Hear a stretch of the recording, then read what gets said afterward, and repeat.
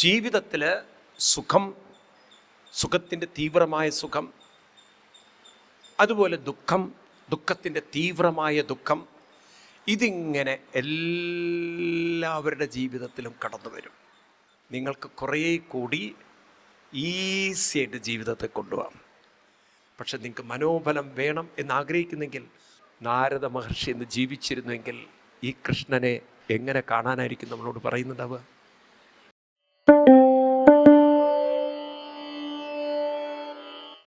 ഋഷഭദേവൻ മക്കൾക്ക് ഗൈഡൻസ് കൊടുത്ത് ആ മക്കളിൽ മൂത്തവനായിരുന്നു ഭരതൻ. ഞാൻ പറഞ്ഞു, ഭരതൻ രാജ്യം ഭരിക്കാൻ തുടങ്ങിയ കാലഘട്ടത്തിലാണ് ഈ രാജ്യത്തിന് ഭാരതം നാലാമത്തെ അധ്യായത്തിൽ 4ാം അധ്യായത്തിൽ 5ാം സ്കന്ധാണ് വായിക്കുന്നത്. 9ാമത്തെ ശ്ലോകത്തിൽ അത് കാണാൻ നിങ്ങൾക്ക്. ഈ രാജ്യത്തിൻ്റെ പേര് ഭാരതം എന്നൊരു പേര് വരാൻ എങ്ങനെയാണ് ഇടവന്നത് എന്ന്. ഭാരതം എന്ന പേരിന് പല അർത്ഥങ്ങളുണ്ട്. വലിയൊരർത്ഥം എന്ന് പറയുന്നത് ഭ എന്ന അക്ഷരം അറിവിൻ്റെ, കഴിവിൻ്റെ, കലയുടെ എല്ലാം പ്രതീകമാണ്. ഏത്? ഭ. ഭ അതിൽ രതിക്കുന്നവരെ, രതി താല്പര്യമുള്ളവരുടെ, ജിജ്ഞാസുക്കളുടെ നാടാണ് ഏത്? ഭാരതം. ഭാതി സർവശാസ്ത്രേഷു രതി സർവേഷു ജന്തുഷു താരണം സർവേഷു ലോകേഷു തേന ഭാരതം ഉച്യത്തെ എന്നൊക്കെ പൂർവികന്മാർ ഡിഫൈൻ ചെയ്ത് വെച്ചിരിക്കേണ്ടത് നമ്മുടെ ഗ്രന്ഥങ്ങളിൽ. നിൽക്കട്ടെ, ഭരതൻ രാജ്യം ഭരിച്ചു. ഭരതൻ നല്ല രീതിയിലൊക്കെ രാജ്യഭരണമൊക്കെ കൊണ്ടു നടന്ന് അന്നത്തെ കാലഘട്ടത്തിൽ ഒരു ഏജായി കഴിഞ്ഞാൽ മക്കളെ രാജ്യഭാരം ഏൽപ്പിച്ച് ഇവരെല്ലാം തപസ്സിന് വേണ്ടി പോകുന്നൊരു കാലമുണ്ടായി. അതായത് അവർക്ക് ജീവിതത്തിൻ്റെ 2 വിഷൻ ഉണ്ടായിരുന്നു. ഒന്ന്, മനസ്സുകൊണ്ട് ഭൗതികമായ കാര്യങ്ങൾ ചെയ്തു തീർത്ത് ആ ഭൗതിക ലോകത്തെ മനസ്സിലാക്കി അതിൽ നിന്നൊരു കാര്യം അവർ ഉൾക്കൊള്ളും. ഭൗതികമായി എന്തൊക്കെ നേടിയാലും മനസ്സിനെ അതുകൊണ്ട് പൂർണ്ണമായി തൃപ്തിപ്പെടുത്താൻ സാധ്യമല്ല. അപ്പം പിന്നെ അടുത്ത എൻക്വയറി എന്ന് വെച്ചാൽ ഈ മനസ്സിനെ എങ്ങനെ നമുക്ക് ഒരു പൂർണ്ണതയിലേക്ക് എത്തിക്കാം. അപ്പോൾ അവർ ഒരു തപസ്സിൻ്റെ ജീവിതം തിരഞ്ഞെടുക്കണം. എന്താണ് തപസ്? മനസ്സേതെങ്കിലും അനുഷ്ഠാനത്തിൽ അർപ്പിച്ച് ലയിപ്പിച്ച് അതിൽ തന്നെ രമിപ്പിച്ച് അവസാനം മനസ്സ് തന്നെ നിർലീനമാക്കി. നാരായണ ഗുരുദേവൻ്റെ ആ വരികൾ, ദൈവദശകത്തിൻ്റെ അവസാനത്തെ വരികളിൽ അതാണ് അദ്ദേഹം പറയുന്നത്. വാഴണം നിൻ മഹസ്സാമാഴിയിൽ ഞങ്ങളാകവേ. ഞങ്ങളങ്ങനെ അതിലേക്ക് ആഴ്ന്ന് വാഴട്ടെ. അങ്ങനെ ആഴ്ന്നിറങ്ങി വാഴണം സുഖം എന്ന് അദ്ദേഹം എഴുതി വച്ചിരിക്കുന്ന പോലെ ഒരാത്മസുഖത്തിലേക്ക് അങ്ങനെ അലിഞ്ഞു ചേരുക. ഇത് മനസ്സിലാക്കിയവരാണ് തപസ്സിന് പോയത്. അങ്ങനെ ഭരതൻ തപസ്സിന് തിരഞ്ഞെടുത്തത് നേപ്പാളിലുള്ള, ഇന്നിപ്പോൾ നേപ്പാളിലാണ് സ്ഥലം, അവിടെ പുലഹാശ്രമം എന്ന് പറയും. അവിടെയാണ് കാളിഗണ്ഡകി നദി. അവിടെ നിന്നാണ് ഈ സാളഗ്രാമങ്ങളൊക്കെ വരുന്നത്. അവിടെയാണ് തിരഞ്ഞെടുത്തത്. ഒരിക്കൽ കുളിക്കാൻ പോകുമ്പോഴാണ് പെട്ടെന്നൊരു കാഴ്ച കാണുന്നത്. ഒരു നിറഞ്ഞ വയറുള്ള മാൻ, പ്രസവമടുത്ത മാൻ പ്രസവവേദനയായിട്ട് നിൽക്കുമ്പോഴാണ് പുലികളോ മറ്റോ അതിനെ പിടിക്കാൻ വരുന്നതും ജീവൻ്റെ ആ കുട്ടിയെ രക്ഷിക്കാനുള്ള ആ കൊതിയും ആ കുട്ടിയുള്ള സ്നേഹവും കാരണം ഇതതാ രക്ഷിക്കാൻ വേണ്ടി ഓടുന്നു. അതിൽ തന്നെ രക്ഷിക്കാനും ആ കുട്ടിയെ രക്ഷിക്കാനും ആ കാളിഗണ്ഡകിയുടെ തീരത്ത് നിന്ന് നദിയിലേക്കൊരു ചാട്ടത്തിൽ തള്ളമാൻ ചത്തുപോയി. ഈ കുട്ടി പുറത്തു വന്നു. ഈ ചോര കുഞ്ഞിനെ കണ്ടതും രാജാവ് അവിടെ ഇറങ്ങിച്ചെന്ന് ആ കുട്ടിയെ കൊണ്ടുവന്ന് കുളിപ്പിച്ച് പിന്നെ രാജാവ് അതിനെ പ്രൊട്ടക്റ്റ് ചെയ്തു. പിന്നെ ഭാഗവതം പറയുന്നത് പാലന, പോഷണ, പ്രീളന, ലാളന. ആരെ? പ്രസവിച്ച കുഞ്ഞിനെയല്ല, ഈ മാനിനെ. ഇന്ന് ചിലർ കണ്ടില്ലേ, മടിയിലിരുത്തുന്നു, കെട്ടിപ്പിടിക്കുന്നു, കൂടെ കടത്തുന്നു. പട്ടികളെ, മാനിനല്ല. ഈ രീതിയിലൊക്കെ അങ്ങനെ അതിനെ ലാളിച്ച് വളർത്തി. ഈ രാജാവ് കുറേ കഴിഞ്ഞപ്പോഴാണ് മനസ്സിലായത് മനസ്സിന് ഈ മാനിനെ അങ്ങോട്ട് വിട്ടുപോവാൻ പറ്റാത്തൊരു ബന്ധമുണ്ടാക്കിയിരിക്കുന്നു. അപ്പം അദ്ദേഹത്തിന് മനസ്സിലായി, മനസ്സ് മാനിൻ്റെ ഒരു സ്മരണയിൽ നിന്നാൽ മനസ്സിൽ ഏത് ഇമേജാണോ കൂടുതലുള്ളത്, മനസ്സിൽ ഏത് ഇംപ്രഷനാണോ നിൽക്കുന്നത്, മനസ്സ് ഏതൊരു ചിന്തയിലാണോ നിൽക്കുന്നത്, അതിനനുസരിച്ച് വരും അടുത്ത ഒരു ജന്മം എന്നതാണ്. അതായത് മനസ്സിന് മരണമില്ല. There is no death for the mind. കാരണം mind is an energy. Energy can be destroyed. അപ്പം നാശമില്ലാത്ത ഒന്ന് വീണ്ടും റീസൈക്കിൾ ചെയ്യപ്പെടണം. അത് എനർജിക്ക് നാശമില്ലെങ്കിൽ അത് മറ്റൊരു ജന്മമായി മാറണം. പലപ്പോഴും ഈ കാര്യത്തിൽ നമുക്കൊരു വ്യക്തതയില്ല, സയൻസിനും വ്യക്തതയില്ല. പക്ഷെ ഒരു ചോദ്യത്തിൻ്റെ ഉത്തരം സയൻസിന് തരാൻ പറ്റിയിട്ടില്ല. അതായത് കുഞ്ഞു വാവകൾ, ഞാൻ പറയുന്നത് ഒരു 6 മാസം 7 മാസമൊക്കെ ആകുമ്പോൾ സമയത്ത്, അതിന് മുമ്പ് തന്നെ സ്വപ്നം കണ്ട് പേടിച്ച് കരയുന്ന കുട്ടികളുണ്ട്, ഇല്ലേ? ശ്രദ്ധിച്ചിട്ടുണ്ടോ? സ്വപ്നത്തിൽ ചിരിക്കുന്ന കുട്ടികളുണ്ട്. ഈ സ്വപ്നം എന്ന് പറയുന്നത്, എൻ്റെ ചോദ്യത്തിന് നിങ്ങൾ ഉത്തരം തരണം, ഇത് അമ്മയിൽ നിന്ന് കിട്ടുന്ന സ്വപ്നങ്ങളാവാൻ വഴിയുണ്ടോ? വഴിയുണ്ടോ? ഇല്ല, ഒട്ടും ഉണ്ടാവാൻ വഴിയില്ല. അച്ഛനിൽ നിന്ന് കിട്ടാനുള്ള വഴിയുണ്ടോ? ഇതെവിടെ നിന്ന് ഈ കുട്ടിക്ക് കിട്ടി എന്ന ചോദ്യത്തിൻ്റെ ഒരു ഉത്തരം തരാൻ സയൻസിന് സാധിച്ചില്ല. പക്ഷെ ഒരു കാര്യം നമ്മുടെ ഉള്ളിൽ ഉറപ്പാണ്. നിങ്ങളിപ്പോൾ അച്ഛൻ്റെ കൂടെ കടന്നിട്ടുണ്ടാവും, അമ്മയുടെ കൂടെ കടന്നിട്ടുണ്ടാവും, ഭാര്യ ഭർത്താവിൻ്റെ കൂടെ കടന്നിട്ടുണ്ടാവും. ആരുടെ കൂടെ കടന്നിട്ടുണ്ടെങ്കിലും ഒരാളുടെ മനസ്സിൽ നിൽക്കുന്ന സ്വപ്നം വേറൊരാൾക്ക് ഇന്ന് വരെ കിട്ടിയിട്ടുണ്ടോ? ഇല്ല. അപ്പം പിന്നെ നമ്മുടെ സ്വപ്നങ്ങളൊക്കെ നമ്മുടെ മനസ്സ് തന്നെ കൂട്ടിവെച്ച ചിന്തകളിൽ നിന്നും രൂപപ്പെട്ടതാണ്. അത് നോക്കൂ നിങ്ങൾ, നമ്മൾ ഒരു യാത്ര ചെയ്യുമ്പോൾ പല കാഴ്ചകളും കാണുന്നുണ്ട്. ചില ചിത്രം മനസ്സൊപ്പിയെടുക്കുന്നുണ്ട്. അത് ഏതൊക്കെ എടുക്കുന്നുണ്ട് നമുക്കറിയില്ല. ചിലതിനോട് നമ്മൾ താല്പര്യത്തോടെ നോക്കും. ഉണ്ടോ? കുറച്ചൊരു താല്പര്യത്തോടു കൂടി നോക്കുന്ന കാഴ്ചകൾ ഉണ്ടാവില്ലേ? അത് നിങ്ങളൊന്ന് പുറകോട്ട് നോക്കിയാൽ ചിലതൊക്കെ മനസ്സിൽ തങ്ങി നിന്ന കാഴ്ചകളുണ്ടാവും. ഇതെല്ലാം ഒരു കൂട്ടിയാണ് ഒരു സ്വപ്നമാക്കി മനസ്സ് മാറ്റുന്നത്. ശരിക്കും പറഞ്ഞാൽ സിനിമ സൃഷ്ടിക്കാൻ സാധിക്കുന്ന ഒരു ഉഗ്രൻ സാധനമാണ് മനുഷ്യൻ്റെ മനസ്സെന്ന് റിസർച്ച്. എവിടെയോ കണ്ട കാര്യങ്ങളും പിന്നെ കണ്ട കാര്യങ്ങളും ഒക്കെ കൂടി കൂട്ടിച്ചേർത്ത്, ഇപ്പം നിങ്ങൾ ഗുരുവായൂരിൽ വന്നു, ഗുരുവായൂർ അമ്പലത്തിൽ പോകുമ്പോൾ എഴുന്നള്ളത്ത്, അതൊക്കെ ഇങ്ങനെ കണ്ട് പെട്ടെന്ന് ആന ഇടയോ ആന ചാട് എന്തെങ്കിലുമൊക്കെ കേട്ട വാർത്തകളുണ്ടാവും. ഇതൊക്കെ അവിടെ വെച്ചു. പിന്നെ ഒരു ദിവസം പത്രത്തിൽ ആന ഇടഞ്ഞു ഓടി കുത്തി എന്നൊക്കെ. അങ്ങനെ നിങ്ങൾ പിന്നെ ഒരു ദിവസം സ്വപ്നം കാണുന്നത് ആന നിങ്ങളുടെ നേരെ ഓടുന്നതാണ്. അതെങ്ങനെ വന്നു വെച്ചാൽ പല വാർത്തകൾ കേട്ടതും ഈ ചിത്രങ്ങളൊക്കെ കൂടി ചേർത്ത് ചെറിയൊരു ഷോർട്ട് ഫിലിം ആരുണ്ടാക്കി?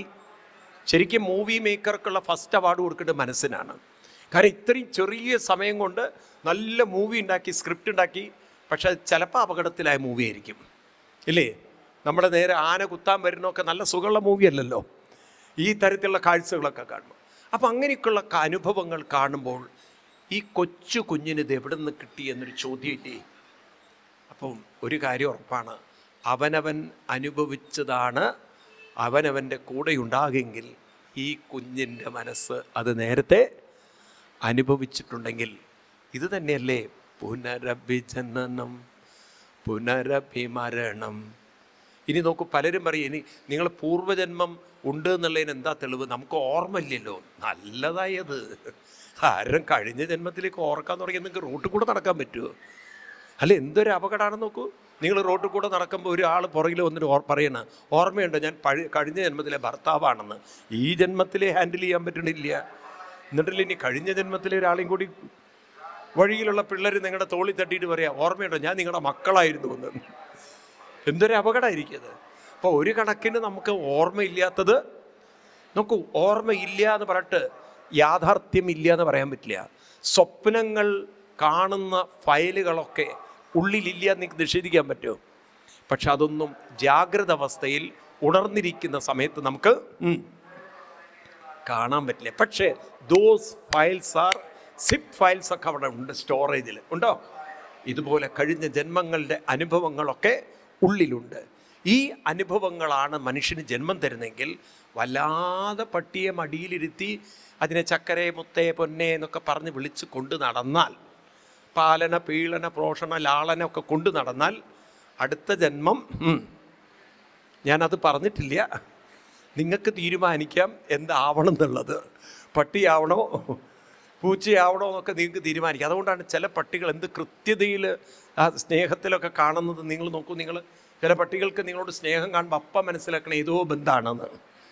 മനസ്സിലായില്ലേ? ഇതൊക്കെ നമ്മുടെ ജീവിതത്തിൽ സത്യമായിരിക്കാം. അത് ചിലതൊക്കെ നല്ല അനുസരണമുള്ള പട്ടികളൊക്കെ ഇല്ലേ, ഉണ്ടോ ഇല്ലയോ?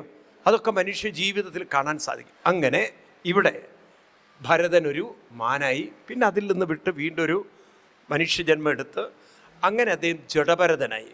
അമ്മയുടെ വയറ്റിലിരിക്കുമ്പോൾ തന്നെ അദ്ദേഹത്തിന് ബോധോദയുണ്ടായി. അതായത് ഈ മനസ്സാണ് സകല ദുരിതങ്ങളും ഉണ്ടാക്കുന്നത്. അതുകൊണ്ട് മനസ്സിൻ്റെ ഒരു താളം തെറ്റാൻ ഞാൻ ഒരിക്കലും അനുവദിക്കില്ല. ഒരു അനുഷ്ഠാനത്തിൽ തന്നെ പിടിച്ചു നിന്ന് അങ്ങനെ ആളൊരു അവധൂതനായി പോവുകയാണ്. പിന്നീട് അങ്ങനെ അവധൂതനായി പോകുന്ന ഒരു കാലഘട്ടത്തിൽ ഒരിക്കൽ അദ്ദേഹത്തിന് നരബലി കൊടുക്കാൻ കൊണ്ടുവന്ന കഥയുണ്ട്.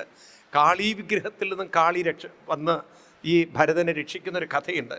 പക്ഷേ നമ്മൾ കാണുന്ന കഥ ഇവിടെ എന്താണെന്ന് വെച്ചാൽ, ഒരിക്കൽ ഭരതൻ ഇങ്ങനെ യാത്ര ചെയ്യുമ്പോഴാണ് ആ കാലഘട്ടത്തിൽ സിന്ധു സൗവീരം എന്നൊരു രാജ്യമായിരുന്നു. രാജാവായിരുന്നു രഘൂഗണ രാജാവ്. അപ്പോൾ രഘൂഗണ രാജാവിന് ഒരു ആശ്രമത്തിൽ പോകണം, കപിലാശ്രമം എന്തോ ആണ്. അവിടെ പോകാൻ വേണ്ടി പല്ലക്കിൽ അദ്ദേഹത്തിനെ കൊണ്ടുപോകുമ്പോൾ പല്ലക്ക് ചുമക്കുന്ന ഒരുത്തിന് വയറുവേദന വന്നപ്പോൾ അവൻ പറഞ്ഞു, രാജൻ എനിക്ക് ചുമക്കാൻ ബുദ്ധിമുട്ടുണ്ട് എന്ന്. ശരി, എന്നാൽ വേറൊരുത്തിനെ കണ്ടുപിടിക്കുന്നു. അപ്പോഴാണ് ഈ പാവം ഭരതൻ ആ വഴിക്ക് പോകുന്നത്. ഭരതനാണെങ്കിൽ വേറൊരു ലോകത്തിൽ ജീവിക്കുന്ന ആൾ. ഭരതൻ്റെ തോളിൽ ഈ പല്ലക്ക് കൊടുത്തു. ഭരതനാണെങ്കിലോ തൻ്റെ കാൽ ചുവട്ടിൽ വല്ല ജൈവജാലങ്ങളും പെടരുതേ എന്ന് പ്രാർത്ഥിക്കുന്ന ആളാണ്. വല്ല ഉറുമ്പിനെയൊക്കെ കണ്ട ഒറ്റ ചാട്ടം അപ്പുറത്തേക്ക്. ഈ കഴുത്തിലൊരു പല്ലക്കിൻ്റെ കാലുണ്ടെന്നും ഇതിലൊരു മനുഷ്യനിരിക്കുന്ന തലമുട്ടിയിട്ട് അയാൾ കിടന്ന് അലറുണ്ട്, മര്യാദയ്ക്ക് ചുമക്കടോ, മര്യാദയ്ക്ക് ചുമക്ക്. അപ്പോഴേക്കും ഭരതൻ നോക്കുമ്പോണ്ട് ഒരു സ്ഥലത്ത് ഉറുമ്പ് വളഞ്ഞും പിരിഞ്ഞൊക്കെയാണ് പോകുന്നത്. അങ്ങോട്ടൊരു ചാട്ടം, ഇങ്ങോട്ടൊരു ചാട്ടം, ചവിട്ടാതിരിക്കാനേ, ഉറുമ്പിനും ചവിട്ടാതിരിക്കാൻ. മൂന്നാമത്തെ ചാട്ടത്തിൽ രാജാവ് പുറത്തൊരു ചാട്ടം. രാജാവ് ഇതാ കല്ലൊക്കെ നിന്ന് പുറത്ത് വീണു. രാജാവിനങ്ങോട്ട് കലി വന്നു. നീ ആരാന്നാ വിചാരിച്ചിരിക്കും, ഞാൻ രാജാവാണ്, ശിക്ഷിക്കും എന്നൊക്കെ പറഞ്ഞപ്പോൾ ഭരതൻ അങ്ങനെ പൊതുവെ വർത്തമാനമില്ലാത്ത ഒരാളാണ്. അവിടെ വെച്ച് രാജാവിന് ഒരു ഉപദേശം കൊടുക്കുകയാണ്. രാജൻ, അങ്ങയ്ക്ക് എന്നെ സ്പർശിക്കാൻ സാധ്യമല്ല. എന്നാൽ അങ്ങനെ ഒരു അഹങ്കാരത്തിലോ ധാർഷ്ട്യത്തിലോ അല്ല. രാജൻ, അങ്ങയ്ക്ക് എന്നെ രാജാവ് ഒരു നിമിഷം ആദ്യമായിട്ടാണ് ഒരു രാജാവിൻ്റെ മുഖത്ത് നോക്കി ഒരു പ്രജ പറയുന്നത്, അങ്ങയ്ക്ക് എന്നെ സ്പർശിക്കാൻ സാധ്യമല്ല എന്ന്. രാജാവ് ആ കണ്ണുകളിലേക്ക് നോക്കി. അപ്പോൾ മനസ്സിലായത് ഒരു ചെറിയ ആളല്ല, എന്തോ ഒരു പ്രത്യേകതയൊക്കെ ഉണ്ടെന്ന്. രാജാവ് കൈകൂപ്പിക്കൊണ്ട് പറഞ്ഞു, ഞാൻ അങ്ങയുടെ മഹത്വം മനസ്സിലാക്കാതെയാണ്, ഞാൻ അവിവേകത്തിലായിരിക്കും പറഞ്ഞിട്ടുണ്ടാവുക. പക്ഷെ അങ്ങ് പറഞ്ഞത് എനിക്കിങ്ങോട്ട് മനസ്സിലായില്ല. എന്താണ് അങ്ങ് എന്നെ സ്പർശിക്കാൻ പറ്റില്ല എന്ന് പറഞ്ഞത് എന്ന്. ആ കാര്യത്തിന് മറുപടി കൊടുക്കുകയാണ്. ഭാഗവതത്തിലെ അതിഗംഭീരമായൊരു ഭാഗമാണ് 5-ാം സ്കന്ധത്തിലെ 11, 12, 13 അധ്യായങ്ങൾ. ഈ 11-ാമത്തെ അധ്യായത്തിൽ 6-ാമത്തെ ശ്ലോകം, അതൊന്ന് പഠിച്ചു വെക്കേണ്ട ശ്ലോകമാണ്. ഇതാണ് പറയണ ദുഃഖം സുഖം വ്യതിരിക്തം ച തീവ്രം കാലോപപന്നം ഫലമാവിനക്തി ആലിംഗ്യമായാരചിതന്തരാത്മാ സ്വദേഹിനം സംസ്ഥിതി ചക്രകൂട. എന്താ പറയുന്നത്? ദുഃഖം സുഖം വ്യതിരിക്തം ച തീവ്രം. എന്താ പറയുന്നത്? ജീവിതത്തിൽ സുഖം, സുഖത്തിൻ്റെ തീവ്രമായ സുഖം, അതുപോലെ ദുഃഖം, ദുഃഖത്തിൻ്റെ തീവ്രമായ ദുഃഖം, ഇതിങ്ങനെ എല്ലാവരുടെ ജീവിതത്തിലും കടന്നു വരും. മീൻസ് അനുകൂലമായതും പ്രതികൂലമായതും. ഇന്ന് നമ്മളെ പൊക്കാൻ ആളുകളുണ്ടാവും, നാളെ ഇടിച്ച് താഴെ ഇടാനും ആളുകളുണ്ടാവും. ഇന്ന് നമുക്ക് അനുകൂലമായ ആരോഗ്യമുണ്ടാവും, നാളെ എന്താണ് നമുക്കറിയില്ല, അല്ലേ? കാരണം ജീവിതം അതാണ്. കൂടിയല്ല ജനിക്കുന്ന നേരത്തും കൂടിയല്ല മരിക്കുന്ന നേരത്തും മധ്യയിങ്ങനെ കാണുന്ന നേരത്ത് മത്സരിക്കുന്നതെന്തിനോ നാം. എന്തൊരു നല്ല സത്യങ്ങളാണ് പറയുന്നത്, അല്ലേ? അതുപോലെ തന്നെയല്ലേ പറയണത്? എത്ര വലിയ സത്യമാണ് നോക്കൂ. ഇന്നലെയോളം എന്തെന്നറിഞ്ഞില്ല, ഇനി നാളെയോ എന്തെന്നറിഞ്ഞില്ല, ഇന്നീ കണ്ട തടിക്കു വിനാശവും എപ്പോഴെന്നറിഞ്ഞില്ല. പിന്നെ പറയുന്നത് 2-4 ദീനം കൊണ്ടൊരുത്തനെ മാളിക മുകളേറിയ മന്നൻ്റെ തോളിമാറാപ്പൂ. ഇതൊക്കെ ഡെയിലി കണ്ടുകൊണ്ടിരിക്കുന്നവരാണ് നമ്മൾ. ആണ് ഇത് നമുക്ക് ജീവിതത്തിൻ്റെ ചില യാഥാർത്ഥ്യങ്ങളെ കടന്നു പോകേണ്ടതുണ്ട്, അനുകൂലവും പ്രതികൂലവും. ഇവിടെയാണ് പഠിപ്പിച്ചു കൊടുക്കുന്നത്.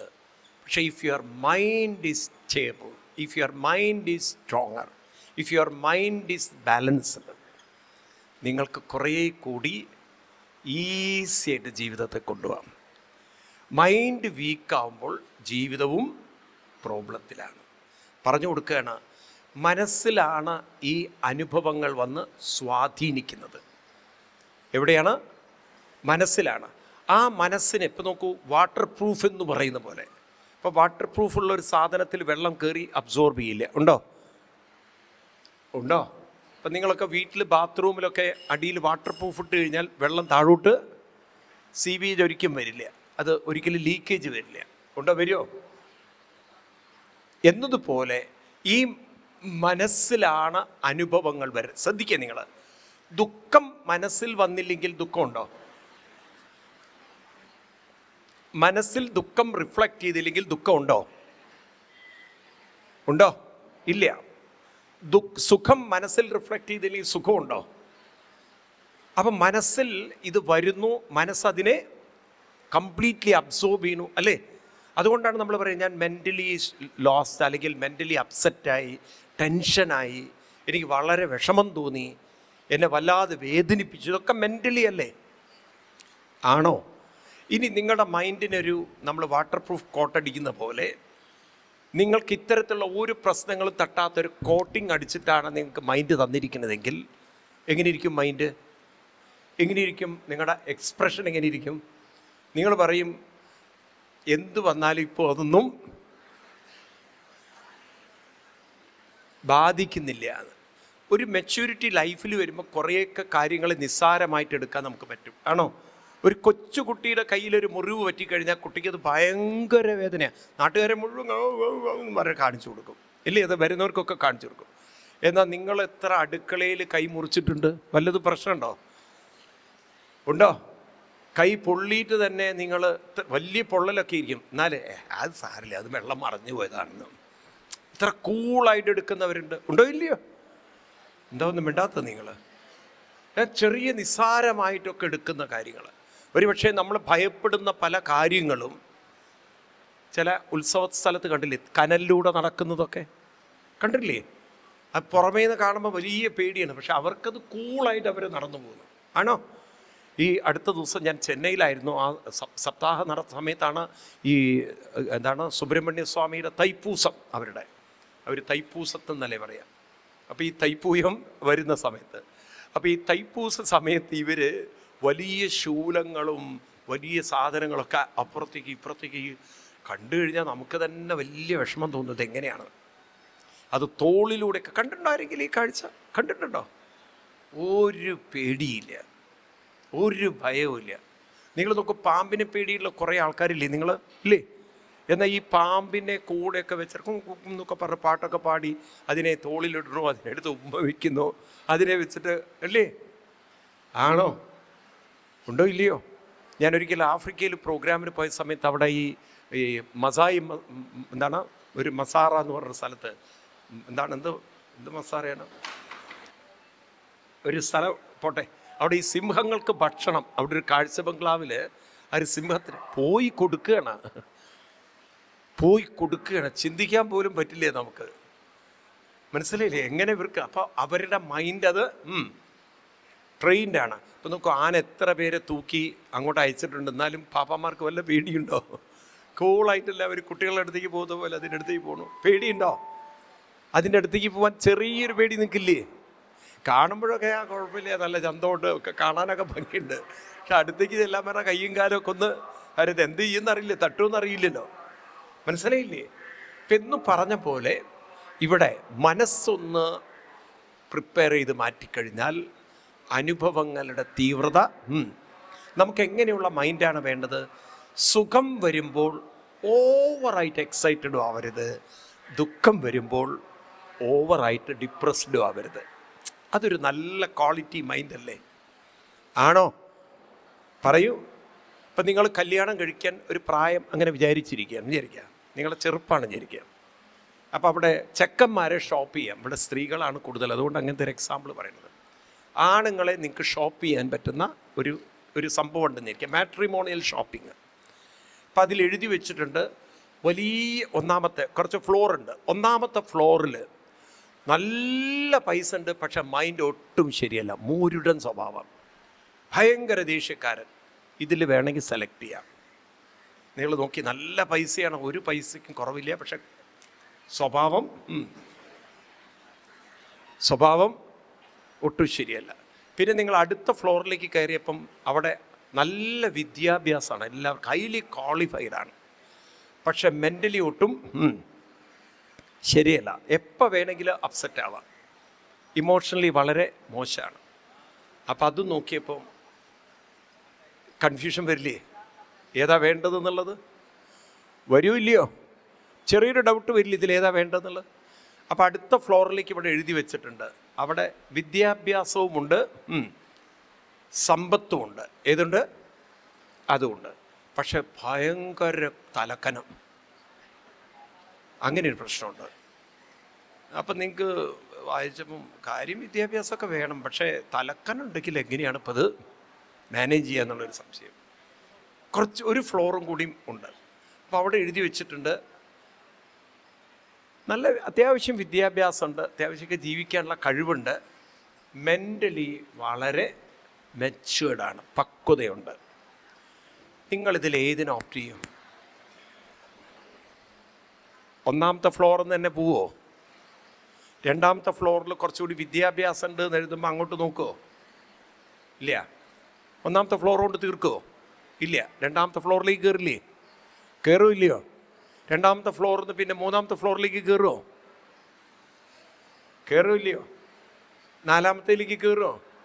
കാരണം എല്ലാവരും ആത്യന്തികമായി ആഗ്രഹിക്കുന്നത് മെൻ്റലി കുറേയും കൂടി പക്വതയുള്ള ഒരാളെയാണ്. ആണോ? ഇതിലേക്ക് എത്തണ്ടേ നമ്മൾ? ഈ ഒരു സപ്താഹം കൊണ്ട് നമ്മൾ നേടിയെടുക്കാൻ പോകുന്നത് അങ്ങനൊരു മാനസികാവസ്ഥയാണ്. സപ്താഹം കഴിഞ്ഞാൽ എന്താ കിട്ടുകയെന്ന് ചോദിച്ചു കഴിഞ്ഞാൽ പായസം കിട്ടുമെന്ന് വിചാരിക്കരുത്.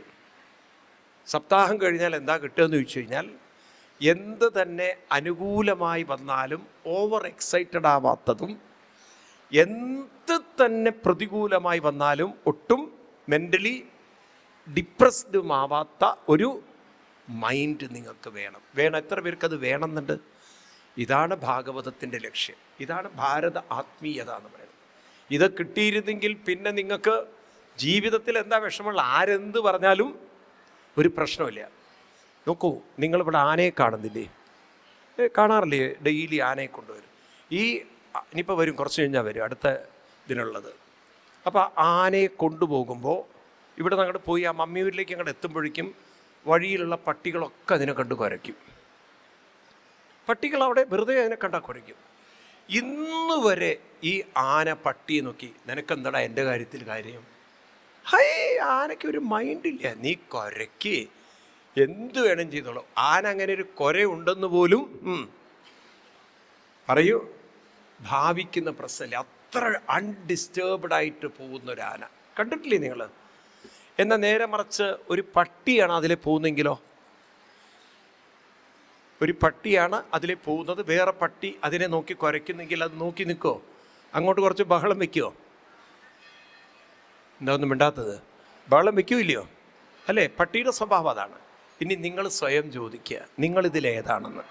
ഞാൻ അങ്ങനെയല്ല ഉദ്ദേശിച്ചത്, നിങ്ങളെ പട്ടിയാണെന്നൊന്നുമല്ല പറയണത്, അങ്ങനെയല്ല. ഇതിലേത് തരം മൈൻഡ് സെറ്റാണ് നമ്മുടെ കയ്യിലുള്ളത്?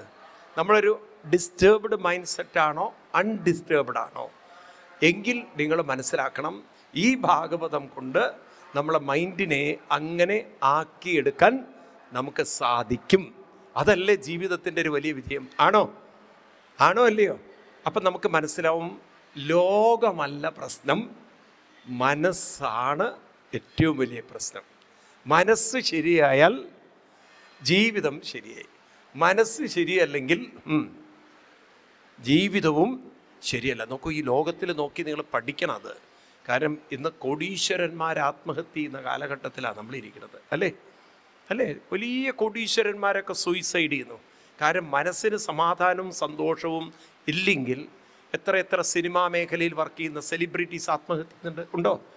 ഇല്ലേ? അവർക്ക് സൗന്ദര്യത്തിന് കുറവുള്ളതുകൊണ്ടാണോ?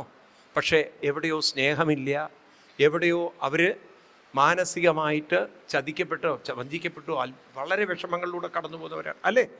ഈ തരത്തിലൊക്കെ ഉള്ള മെൻ്റൽ ഒരു കണ്ടീഷനിൽ ജീവിക്കാൻ അവർക്ക് പറ്റാത്തത് കൊണ്ടാണ് അവസാനം അവർ ഒരു സൂയിസൈഡിലേക്ക് പോകുന്നത്. ഇവിടെ സ്ത്രീ പറഞ്ഞു കൊടുക്കുകയാണ്, നിങ്ങളോട് ഞാൻ പറഞ്ഞില്ലേ എന്നെ തൊടാൻ പറ്റില്ല എന്ന് പറഞ്ഞാൽ എൻ്റെ മൈൻഡിനെ ഞാൻ നിങ്ങളുടെ പ്രശ്നങ്ങളിലേക്ക് വിട്ട് തരില്ല. എൻ്റെ മൈൻഡ് എൻ്റെ തന്നെ നിയന്ത്രണത്തിലാണ്. നമ്മുടെ നിയന്ത്രണത്തിൽ മനസ്സ് വയ്ക്കുമ്പോഴാണ് ആ മനസ്സിനെ മറ്റൊരാൾക്ക് ഡിസ്റ്റർബ് ചെയ്യാൻ പറ്റാത്തത്. അതുകൊണ്ട് എപ്പോഴും മഹാത്മാക്കൾ പറയും, keep your mind under your custody എന്ന്. Keep your mind in your own pocket എന്ന് പറയും. നിങ്ങളുടെ മനസ്സിനെ എവിടെ വയ്ക്കണം? നിങ്ങളുടെ പോക്കറ്റിൽ. അതിന് വേറൊരാൾക്ക് എടുക്കാൻ ഒരിക്കലും ഇപ്പം നിങ്ങൾ പാസ്വേഡ് നിങ്ങളുടെ കയ്യിലല്ലേ വയ്ക്കുക? എന്താ ഒന്നും മിണ്ടാത്തത്? നാട്ടുകാരോടൊക്കെ വിളിച്ചു പറയുമോ? അല്ലെങ്കിൽ പിന്നെ ഈ സർദാർജിമാരെ കുറിച്ചാണ് നമ്മൾ തമാശ പറയാം. നിങ്ങൾ കേട്ടില്ലേ സർദാർജിൻ്റെ അങ്ങനെ ഒരു തമാശ പറയും, ഈ സർദാർജിമാർ ഇത്തിരി മൂള കുറവാണെന്നാണ്. ചില സമയത്ത് സത്യമാണ് തോന്നുന്നുട്ടോ. എനിക്കൊരു അനുഭവം ഉണ്ട്. ഞാനൊരിക്കൽ ചെന്നൈയിൽ നിന്ന് ബോംബെക്ക് പോവാണ്. അപ്പോൾ എൻ്റെ അടുത്തൊരു സർദാർജി ഇരുന്നത്. അതിൽ കുറേ നേരം അദ്ദേഹത്തിൻ്റെ വാച്ച് നോക്കി.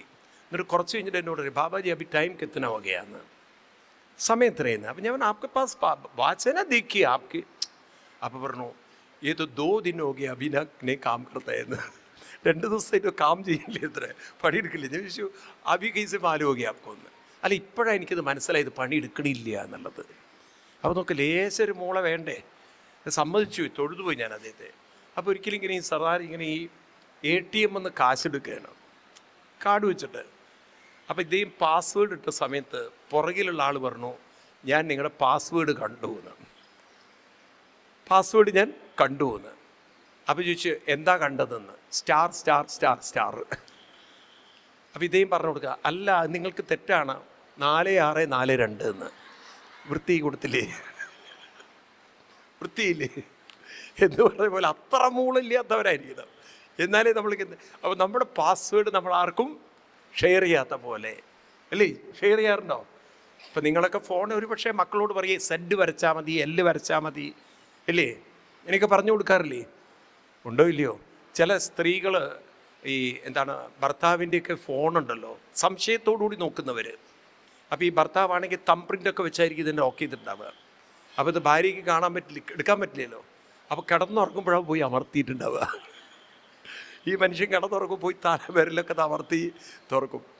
ഇതെങ്ങനെ ഒരു ദിവസം ഈ ഭർത്താവ് മനസ്സിലാക്കി, ഞാൻ അറിയാതെ ഇവളെൻ്റെ പിന്നെ ഇത് തുറക്കാനേ പറ്റുന്നില്ല.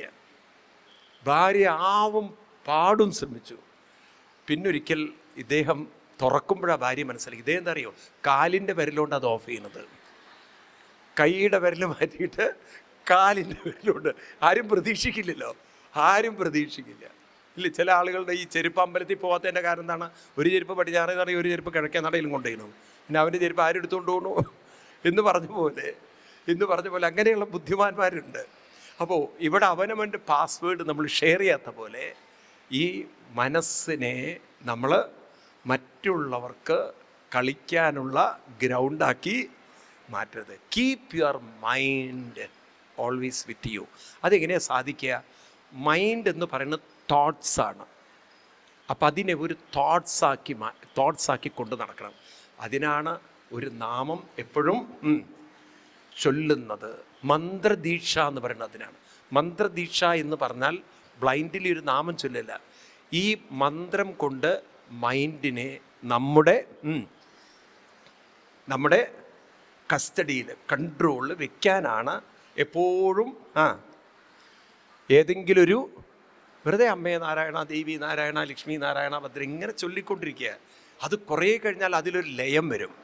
ഈ മദ്യപാനികൾക്ക്, ഡ്രഗ്സ് അഡിക്ട്സിനെ കിട്ടില്ലേ, അതിലൊരു ലയം. ഇതുപോലെ മന്ത്രത്തിലൊരു ലയം വന്നാൽ, സത്യം പറയുകയാണേ, ഇതൊരു വലിയ അനുഭൂതിയാണത്. സമയം പോകുന്നത് തന്നെ അറിയില്ല. എത്ര പേർക്ക് ഞാൻ പറയുന്നത് അനുഭവമുള്ളവരുണ്ട്? കുറേ കഴിഞ്ഞാൽ അതൊരു ഭയങ്കര ലഹരിയാണത്. നാമത്തിൽ അങ്ങനെ ലയിച്ച് മണിക്കൂറുകൾ ഇപ്പം നോക്കൂ, നമ്മൾ ഈ പ്രഭാഷണം തന്നെ എത്ര സമയം പോകുന്നതേ അറിയില്ല, പെട്ടാർന്ന് പോകും. കാരണം അതിലൊരു ലയം വന്നു കഴിഞ്ഞാൽ, അതിലൊരു രുചി വന്നു കഴിഞ്ഞാൽ അന്യത്രസ്യാൽ രതി കുജിത് എന്ന് പറയും. വേറൊന്നിലേക്ക് മൈൻഡ് ഒരിക്കലും പോവില്ല. അതിനാണ് ഈ പൂർവികർ നാമം ചൊല്ലാൻ പറഞ്ഞത്. ഒരു മന്ത്രം, ഏതെങ്കിലും ഒരു മന്ത്രം, അതിങ്ങനെ മനസ്സിലങ്ങനെ കൊണ്ടു നടന്ന് പ്രായമാകുമ്പോഴാണ് ഏറ്റവും രസം എന്നാണ് പറയുന്നത്. കാരണം അപ്പോൾ പ്രത്യേകിച്ച് പണിയൊന്നും ചെയ്യാനില്ല. നമ്മളെ ആണെങ്കിൽ പണ്ടത്തെ ഡിമാൻഡ് ഉണ്ടാവില്ല. കാരണം ഇത് ഏറെക്കുറെ പഞ്ചറായി 15 കൊല്ലം കഴിഞ്ഞ വണ്ടിയാണ്. ഇനി ഇത് പൊളിക്കാനേ പറ്റുള്ളൂ, ആക്രിക്കാർക്കേ പറ്റുള്ളൂ, അല്ലേ? അങ്ങനെയാണ് ഒരു ആക്രിക്കടക്കാരൻ ഇങ്ങനെ വീടിൻ്റെ മുന്നിൽ കൂടെ പോവുകയാണ്. പഴയ സാധനം കൊടുക്കാനുണ്ടോ എന്നൊക്കെ ചോദിച്ചിട്ട്. അപ്പോൾ പേരക്കുട്ടി പറയാം 2 എണ്ണം ഉണ്ട് എന്ന്. ഈ മുത്തച്ഛനും 2 എണ്ണം ഉണ്ട് വീട്ടിലത്. ഇത് ആക്രിക്കാർക്ക് കൊടുക്കാനേ പറ്റുള്ളൂ. അപ്പോൾ കുറേ കഴിഞ്ഞാൽ ഇനി നമ്മളെ കൊണ്ട്, പക്ഷേ ആ സമയമാണ് ആരും നിങ്ങളെ ഉപദ്രവിക്കാത്തൊരു സമയം, അല്ലേ? ആണോ?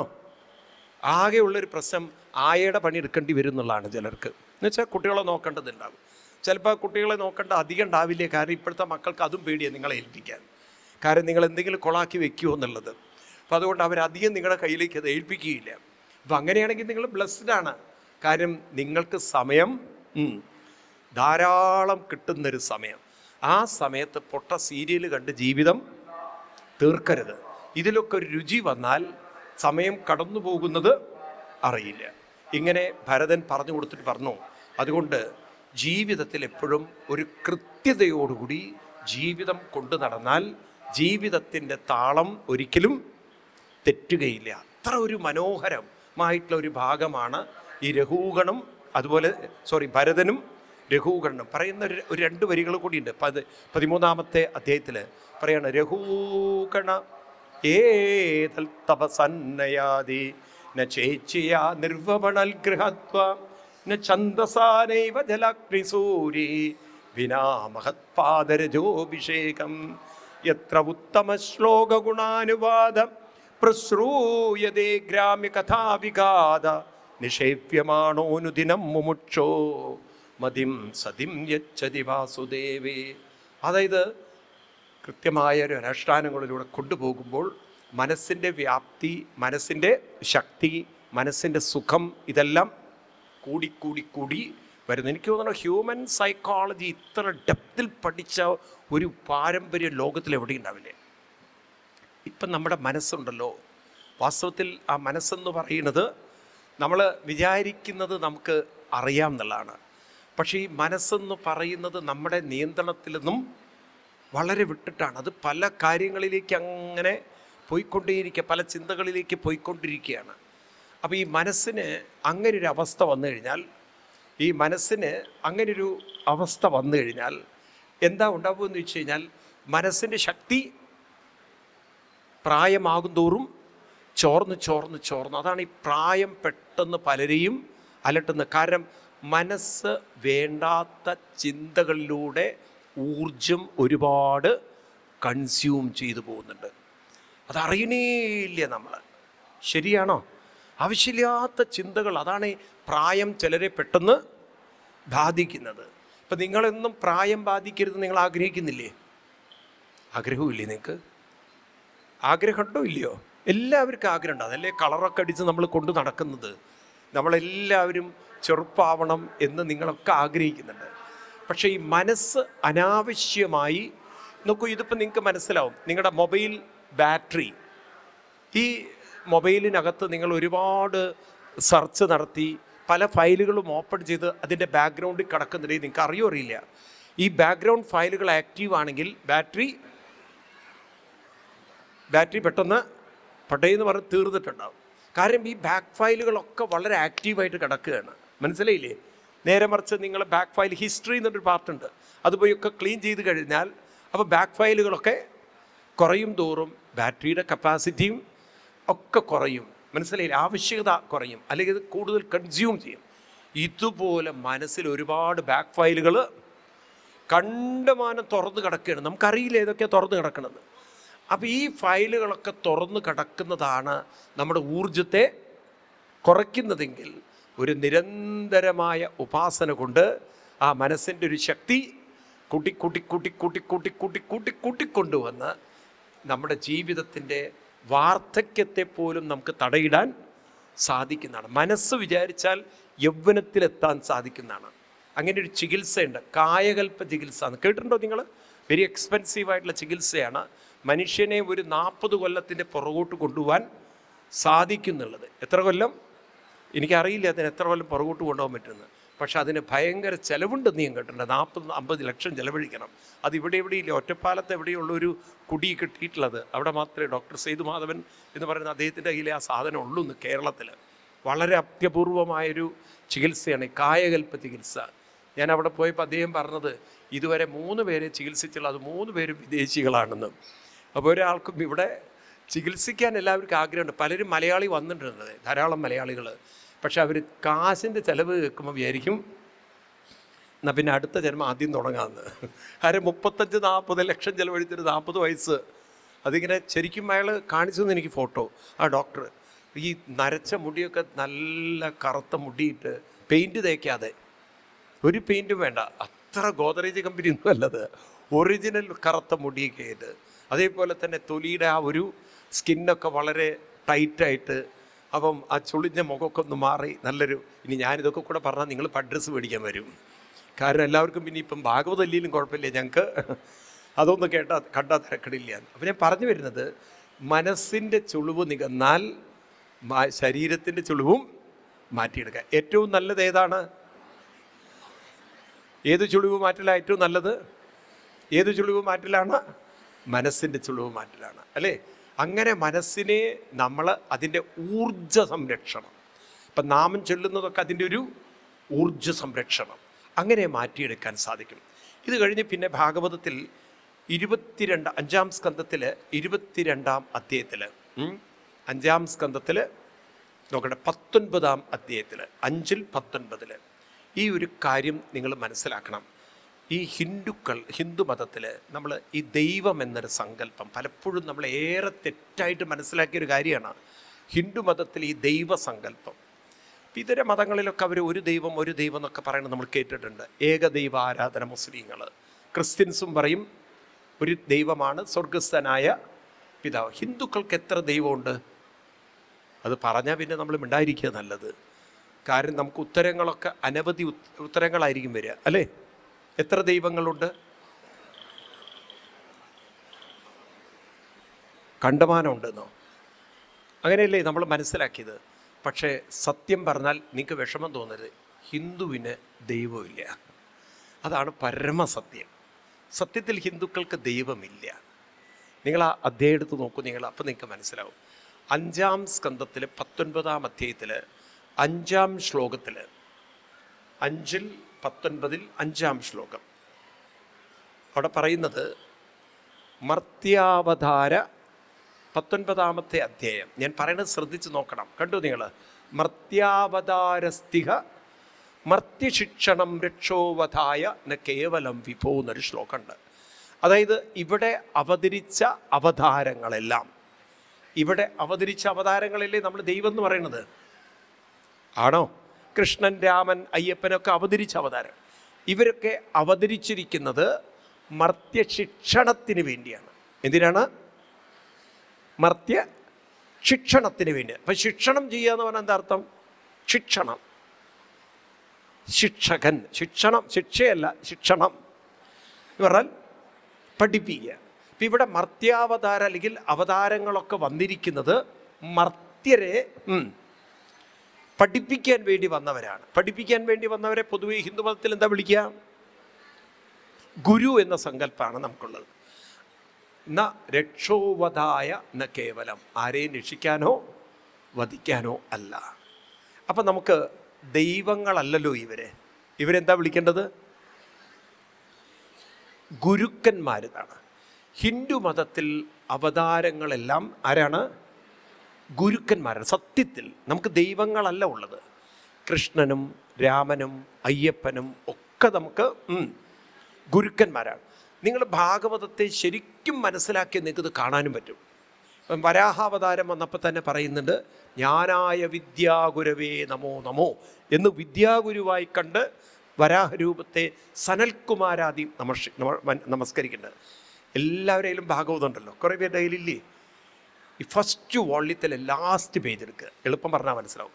അതിൽ 76th ശ്ലോകം, 76, ലാസ്റ്റ് ശ്ലോകം, ലാസ്റ്റ് ശ്ലോകമല്ല, ലാസ്റ്റ് പേജ്, അതിൽ 76ാം ശ്ലോകം. ഈ ഒരു കാര്യം കൂടി എന്നിട്ട് നമുക്ക് നിർത്താം. കാരണം നമുക്കിത് കുറച്ച് വിശിഷ്ട അതിഥികളൊക്കെ ഉള്ളതുകൊണ്ട് നമ്മൾ ഈ ഒരു ടോപ്പിക്കോടുകൂടി നിർത്തും. പിന്നെ ഉച്ചയ്ക്ക് ശേഷമാണ് നമുക്ക് നരസിംഹാവതാരമൊക്കെ ഉച്ചയ്ക്ക് ശേഷമുണ്ട്. അപ്പോൾ ഇവിടെ പറയുന്നത് ആ രംഗം ഇതാണ്.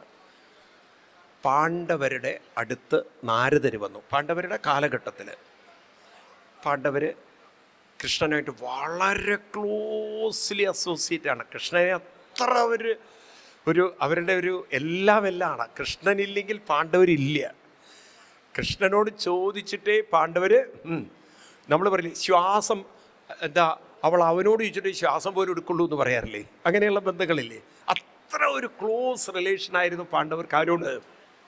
കൃഷ്ണനോട്. ഒരിക്കൽ നാരദ മഹർഷി പാണ്ഡവരുടെ അടുത്ത് വന്നിട്ട് പറയുകയാണ്, നിങ്ങൾ പാണ്ഡവരെ ഭാഗ്യം കെട്ടവരാവരുത്, സുഹൃതികളാവണം, അനുഗ്രഹീതരാവണം.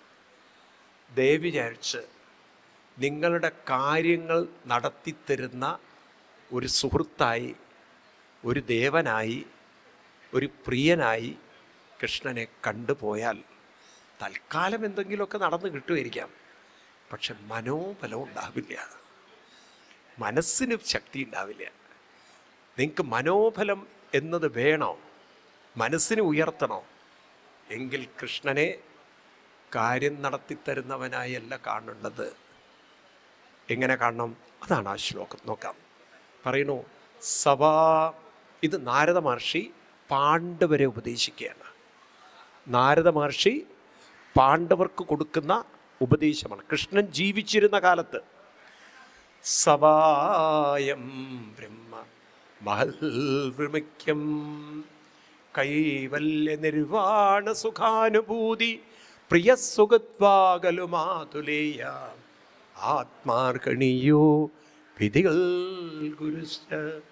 സവായം, ഈ കൃഷ്ണൻ, ബ്രഹ്മമഹദ്ഭൃമിഗ്യം, ഋഷിവര്യന്മാര് ഈ കൃഷ്ണനിലൂടെ പൂർണ്ണതയിലേക്ക് എത്തിയ മഹാന്മാരാണ്. കൃഷ്ണനെ ഒരു വഴികാട്ടി കണ്ടവർ പൂർണ്ണതയിലേക്ക് എത്തിയത്. ബ്രഹ്മമഹദ്ഭൃമിഗ്യം കൈവല്യ നിർവാണ സുഖാനുഭൂതി. അങ്ങനെയുള്ളൊരു കൃഷ്ണനെ നിങ്ങൾ പ്രിയ സുഹൃത് വാ മാതുലേയ, ആരാണ്? പ്രിയനായിട്ട്, സുഹൃത്തായിട്ട്, കാര്യം നടത്തിത്തരുന്നവനായിട്ട് ഇങ്ങനെയൊക്കെ കണ്ട് പ്രിയ സുഖത്വാകലു മാതുലേയ, കുറച്ചൊക്കെ സുഖം കിട്ടും, കുറച്ചൊക്കെ കാര്യങ്ങൾ നടന്നു കിട്ടും.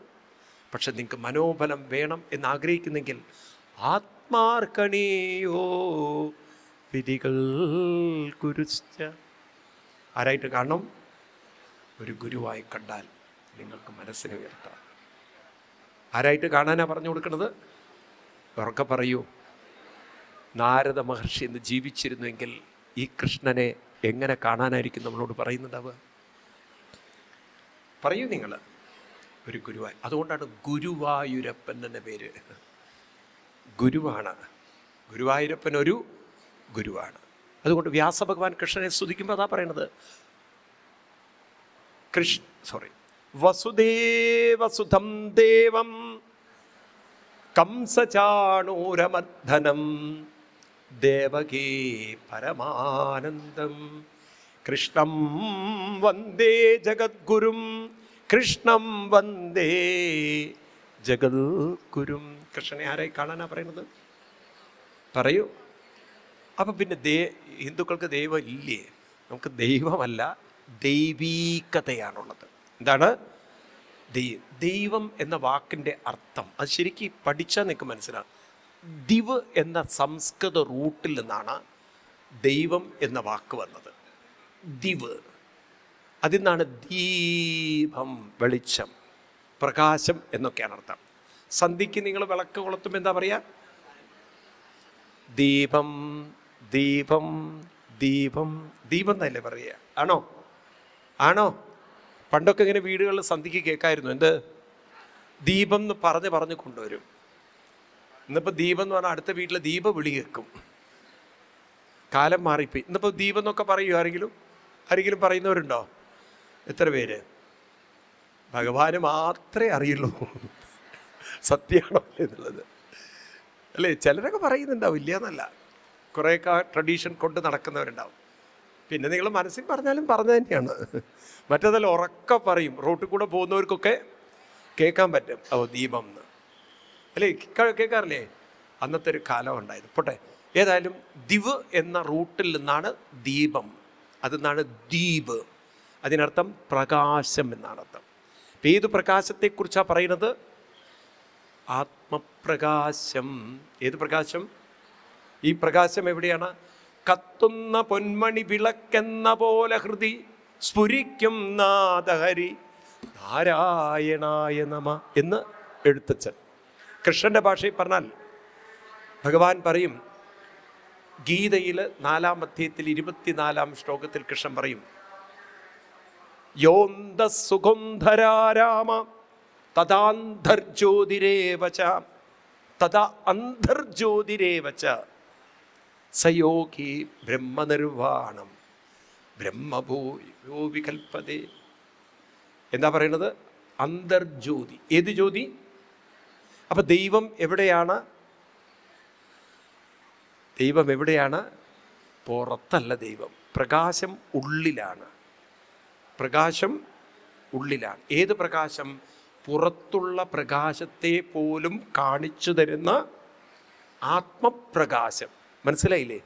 മറ്റു പ്രകാശങ്ങളെ കാണിച്ചു തരുന്ന ഒരു കോൺഷ്യസ് ലൈറ്റ്, ഒരു അവെയർനെസ് ലൈറ്റ്, ബോധപ്രകാശം. ഈ പ്രകാശത്തെയാണ് ദൈവം എന്ന് പറയുന്നത്. അതുകൊണ്ടാണ് ഞാൻ പറഞ്ഞത്, ഹിന്ദുക്കൾക്ക് ദൈവമില്ല, ഉള്ളത് ദൈവീകതയാണുള്ളത്. അപ്പം നമുക്ക് 33 കോടി ദേവന്മാരല്ല, 33 കോടി ഗുരുക്കന്മാരുടെ സംസ്കാരമാണ് ഭാരതത്തിലുള്ളത്. മനസ്സിലായില്ലേ നിങ്ങൾക്ക്? ഒന്നുകൂടി ഞാൻ പറയാം. നമുക്ക് നരസിംഹാവതാരം വരുമ്പോൾ പ്രഹ്ലാദൻ സ്തുതിക്കുന്ന സ്തുതി ഇങ്ങനെയാണ്: കോന്നത്രതേ അഖില ഗുരോ ഭഗവൻ പ്രയാസ ഉത്താരണേസ്യ ഭവസംഭവലോപഹേതോ മൂഢേഷു വൈ മഹദനുഗ്രഹ ആർത്തബന്ധോ കിം തേന തേ പ്രിയജനാനനുസേവതം ന. ഹേ അഖില ഗുരോ, ഭഗവാനെ വിളിക്കുന്നത് ഭാഗവതത്തിൽ എത്ര തവണ ഇത് ആവർത്തിച്ചിട്ടുണ്ട് ഇല്ലേ? കുന്തിദേവി പറയുന്നില്ലേ കൃഷ്ണനോട്? എന്താ പറയുന്നത് അവസാനം? അഖില ഗുരു യോഗേശ്വര അഖില ഗുരു ഭഗവൻ നമസ്തേ എന്ന് കുന്തിദേവി. കൃഷ്ണനെ ആരായിട്ടാണ് കണ്ടത്? വിപത സന്തുനശ്വത തത്ര തത്ര ജഗദ്ഗുരു ആരായിട്ടാണ് കാണുന്നത്? ഒരു ഗുരുവിൻ്റെ ആണോ അല്ലയോ? നിങ്ങൾക്ക് എത്ര റെഫറൻസ് വേണം, എത്ര ശ്ലോകങ്ങൾ വേണം കോട്ട് ചെയ്ത് തരാം. നീ ഗജേന്ദ്രമോക്ഷം വരുമ്പോൾ ഗജേന്ദ്രന് പറയണു, നാരായണ അഖില ഗുരു ഭഗവൻ നമസ്തേ. ഇവരൊക്കെ വിളിച്ചിരിക്കുന്നത് ഏതാണ്? അഖില ഗുരു എന്ന്. അപ്പം നമുക്ക് 33 കോടി ദൈവങ്ങളാണോ, 33 കോടി ഗുരുക്കന്മാരാണോ? അവരൊക്കെ പറയൂ, ഗുരുക്കന്മാർ. അപ്പം ആ ഗുരുക്കന്മാർ കാണിച്ച പാതയിലൂടെ, വഴിയിലൂടെ നമ്മുടെ ജീവിതത്തെ നമുക്ക് മുന്നോട്ട് കൊണ്ടുപോകാൻ സാധിക്കുമ്പോഴാണ് ജന്മം സഫലമാവുന്നത്. ഗുരുനാഥൻ തൂണ ചെയ്ക സന്തതം, തിരുനാമങ്ങൾ നാവിന്മേലെപ്പോഴും പിരിയാതെയിരിക്കണം നമ്മുടെ നരജന്മം സഫലമായി തീരണം. ഗുരുക്കന്മാർ കാണിച്ചു തന്ന പാതയിലൂടെ നമ്മൾ മുന്നോട്ട് പോകണം. അതാണ് ഗുരുഭവനപുരിയിലിരുന്നു കൊണ്ട് ഗുരുവായൂരപ്പൻ കാണിച്ചു തന്ന പാതയിലൂടെ ജീവിതത്തെ മുന്നോട്ട് കൊണ്ടുപോകാൻ സാധിക്കുന്ന നമ്മൾ സുഹൃത്തികളാണ്, നിങ്ങളുടെ സുഹൃത്തികളാണ്.